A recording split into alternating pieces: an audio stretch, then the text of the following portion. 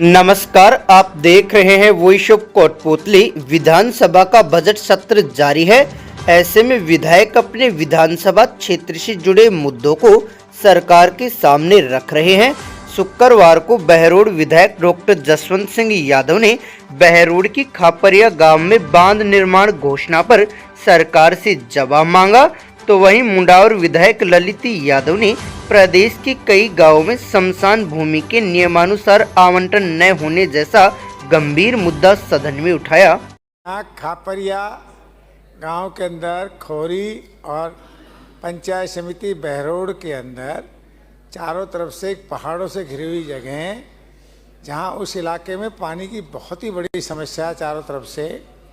माननीय मंत्री महोदय ने मेरी बात भी हुई थी, आपने वहाँ बांध बनाने के लिए एक टीम भेजी थी, उस टीम का बहुत बड़ा उपयोग था। तो मैं आपके माध्यम से इतना ही कहूँगा कि माननीय मंत्री महोदय, इलाके के अंदर जो पानी की किल्लत है, जो पानी की परेशानी है और वहाँ पानी वेस्ट जा रहा है, वहाँ बहुत बड़ा बांध बन सकता है जो इलाके को फ़ायदा मिल सकता है।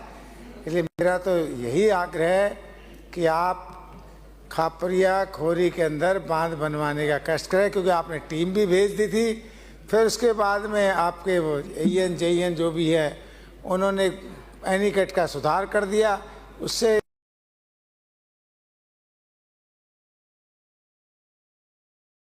इतनी बड़ी टीम आने से फायदा क्या मिला? तो आपसे निवेदन है कि इसको बांध को बंधवाओ, जिससे लोगों की समस्या का समाधान हो। अध्यक्ष महोदय, एक तो कृपलानी जी की स्प्रिंग हटा दो, जैसे ये उछलना बंद कर दे, सारे दिन यही काम करते रहते हैं। माननीय अध्यक्ष महोदय, मुझे आपने 295 पर बोलने का मौका दिया, इसके लिए धन्यवाद। महोदय, प्रदेश में शमशान भूमि से संबंधित राजस्व अभिलेखों की स्थिति अत्यंत गंभीर एवं जनहित से जुड़ा विषय है। अनेक गाँवों में शमशान भूमि वर्षों से व्यवहार में उपयोग में ली जा रही है, किंतु वे राजस्व रिकॉर्ड में पृथक मद विधिवत दर्ज नहीं है। इससे भविष्य में भूमि विवाद, अतिक्रमण, प्रशासनिक भ्रम एवं सामाजिक असुविधा की संभावना बनी रहती है। साथ ही प्रदेश के कई गांवों में आज भी शमशान भूमि का विधिवत आवंटन नहीं है, जिससे ग्रामीणों में अंतिम संस्कार जैसी संवेदनशील कार्य में के लिए अस्थायी एवं अनिश्चित भूमि पर निर्भर रहना पड़ता है। यह स्थिति सामाजिक मर्यादा, मानवीय गरिमा तथा प्रशासनिक व्यवस्था के अनुरूप नहीं है। अतः यह आवश्यक है कि प्रदेश की समस्त शमशान भूमियों का भौतिक सत्यापन कर उन्हें राजस्व रिकॉर्ड में पृथक मद में दर्ज किया जाए। जहां शमशान भूमि उपलब्ध नहीं है, वहां शीघ्र भूमि आवंटन कर उसे खातेदारी से मुक्त कर राजकीय भूमि के रूप में दर्ज किया जाए।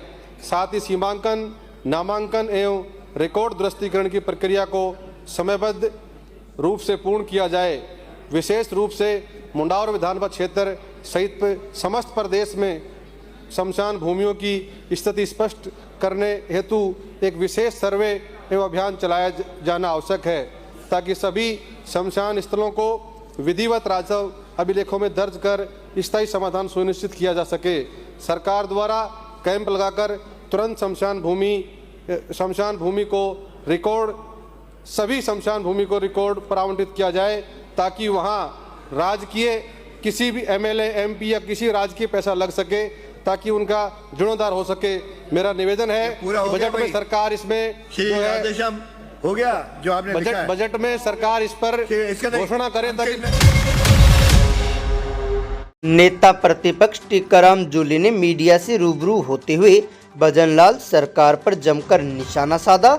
जूली ने कहा कि सरकार के मंत्री सवालों का जवाब नहीं दे पा रहे। सभा का तीसरा दिन था, आज जो क्वेश्चन ओवर हुआ, मैं फिर ये बात मीडिया के सामने दोहराना चाहूंगा कि सरकार की हालत ये है कि मुद्दों से बचती है, मंत्रियों को जवाब नहीं पता और पब्लिक को गुमराह करने की बात करते हैं। हमारे साथियों के द्वारा पूछा गया पहला question Nohar roadways bus depot के बारे में था। हमारी समय में डिपो मंजूर हो गया, जमीन उसके लिए अलॉट हो गई, लेकिन अब सरकार कह रही है कि बिना वित्तीय प्रबंधन के बजट घोषणा कर दी। जब पूछा गया तो वित्तीय प्रबंधन के बिना बजट में बात आ सकती है क्या? मंत्री जी जवाब नहीं दे। दूसरा कह रहे हैं कि इसमें नियमों में रिलैक्सेशन देना पड़ता तब इसको करते हम। तो मैंने पूछा भाई आपने इसमें चलो आप नहीं दे रहे, लेकिन क्या स्टेट में आपने कहीं रिलैक्सेशन दे रखे हैं? मंत्री जी जवाब नहीं दे। इसके बाद जो सबसे महत्वपूर्ण मुद्दा था, जो बच्चों की जान गई है राजस्थान के अंदर, वो मुद्दा बहुत इंपॉर्टेंट था। बीजेपी के ही एक माननीय सदस्य के द्वारा क्वेश्चन लगाया गया था। जब मैंने वो क्वेश्चन पूछा तो तकरीबन राजस्थान में 51,000 के आसपास, 45,000 के आसपास विद्यालयों को इन्होंने सर्वे करवाया और 45,000 विद्यालय में से 41,000 के आसपास जो है विद्यालय असुरक्षित पाए गए। और उनमें 41,000 में से जो बड़े इंटरेस्टिंग की बात है वो ये है कि मात्र 2,000 के लिए ही सरकार ने बजट का आवंटन किया है, यानी 39,000 से अधिक विद्यालय आज भी बहुत ही खतरनाक कंडीशन के अंदर है। यही नहीं, 3738 जर्जर भवन चिन्हित किए गए। उनमें से 2500 को घोषित किया गया, 2500 के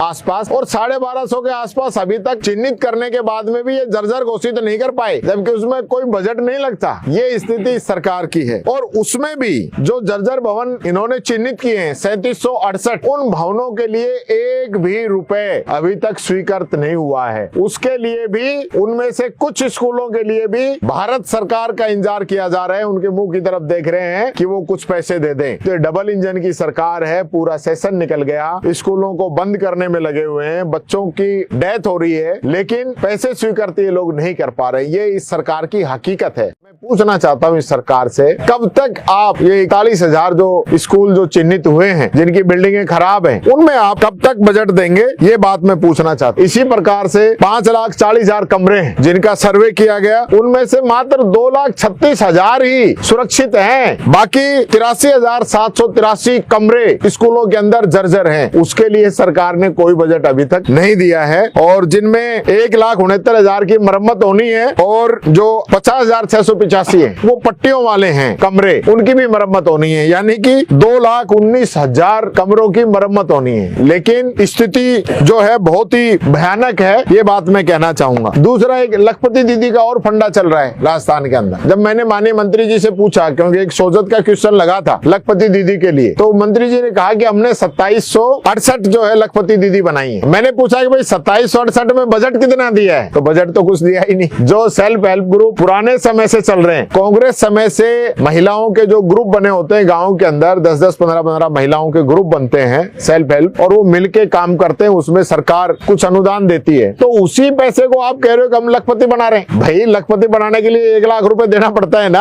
आप ब्याज पे दे रहे हैं या अनुदान दे रहे हैं, आप बताओ तो सही, बिना पैसे के लखपति बना रहे हो। ऐसे तो पूरे देश को बना दो, फिर ये बीपीएल भी वाला चैप्टर भी क्लोज हो जाएगा। तो आंकड़ों का खेल देखिए इस सरकार का, जो पब्लिक को गुमराह कर रहे हैं। अगर अभी तक आपने चैनल को सब्सक्राइब नहीं किया है तो चैनल को लाइक, शेयर व सब्सक्राइब अवश्य करें। जिले की तमाम छोटी बड़ी खबरों को जानने के लिए बने रहे वॉइस ऑफ कोटपुतली के साथ। बालाजी फिनसर्व, जहां मिलती है आपको वाहन बीमा, स्वास्थ्य बीमा, म्यूचुअल फंड, जीवन बीमा, फाइनेंस, साधारण बीमे की सभी सुविधाएं। कार्यालय बानसूर महाविद्यालय के पास, बाईपास रोड बानसूर। मुख्य कार्यालय लाल कोठी कोटपुतली। अधिक जानकारी के लिए संपर्क करें 8302367656।